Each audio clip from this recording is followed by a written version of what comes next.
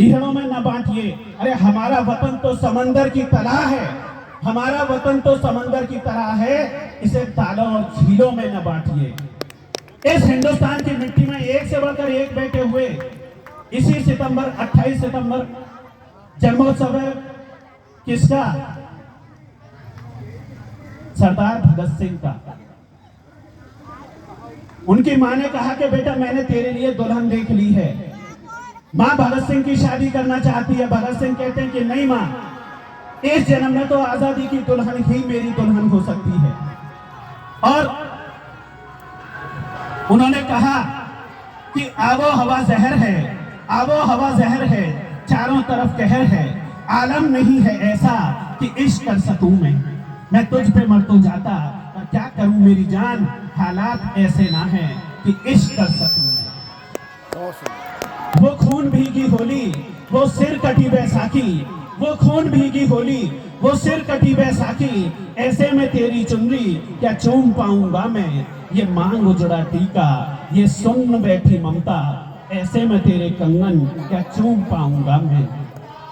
ईसा की ले गवाही, गौतम की ले गवाही, हजरत कबीर नानक के मन की ले गवाही, मीरा कसम है मुझको, राधा कसम है मुझको, है दूसरा जन्म तो लेना जन्म है मुझको, और उस दूसरे जन्म में सिंदूर लाऊंगा मैं, और तेरी कसम की डोला तेरा उठाऊंगा।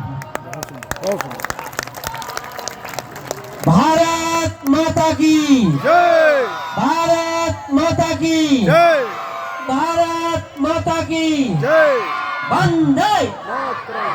वंदे वंदे। बच्चों, जिस दिन उससे एक दिन पहले उन्हें फांसी दी गई, पूरे विश्व में आज तक कभी ऐसी घटना नहीं घटी, लेकिन भगत सिंह के साथ जो हुआ वो आपको बताना चाहता हूँ। जिस दिन फांसी दी जाने वाली थी उससे एक दिन पहले उन्हें फांसी दी गई, और जितनी देर तक उन्हें लटकाया जाना चाहिए था उससे ज्यादा देर तक उन्हें लटकाया गया।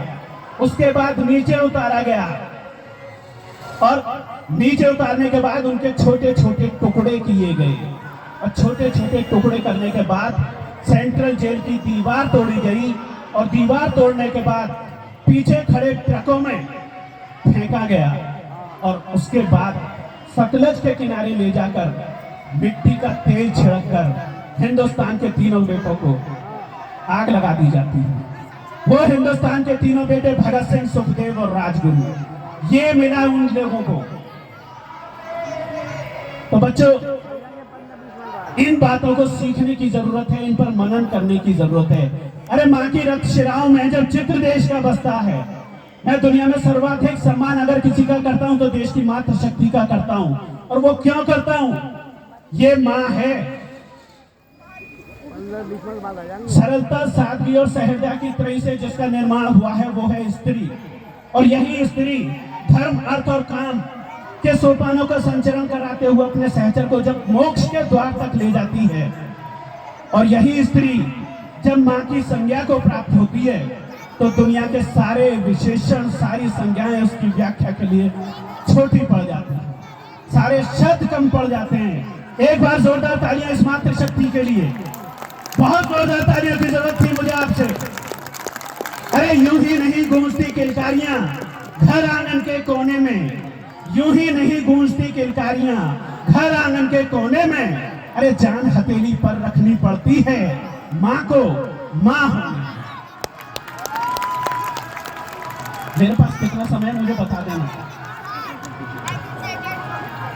मुझे बता देना मेरे पास कितना समय है। बताइए। मैं एक रचना आपके बीच निवेदित करना चाहता हूं। उस शहीद का नाम चंद्रशेखर आजाद, और इस आजाद हिंदुस्तान में उनकी मां की मूर्ति लगाने के लिए इस भारत सरकार ने इतनी सी जमीन नहीं दी थी कि उनकी मूर्ति लगाई जा सके। आज यहाँ पर मातृशक्ति बहुत बड़ी तादाद में विराजमान है। उनके श्री चरणों में ये रचना निवेदित करता हूँ। जिस माँ के एक के बाद एक 4 बेटे विवाह योग्य उम्र में चल बसे हों, और चौथे बेटे की बारात जाने वाली थी, और 5वां और सबसे छोटा बेटा चंद्रशेखर आजाद वो देश के लिए शहीद हो गया। एक रचना माँ आप सभी के श्री चरणों में निवेदित कर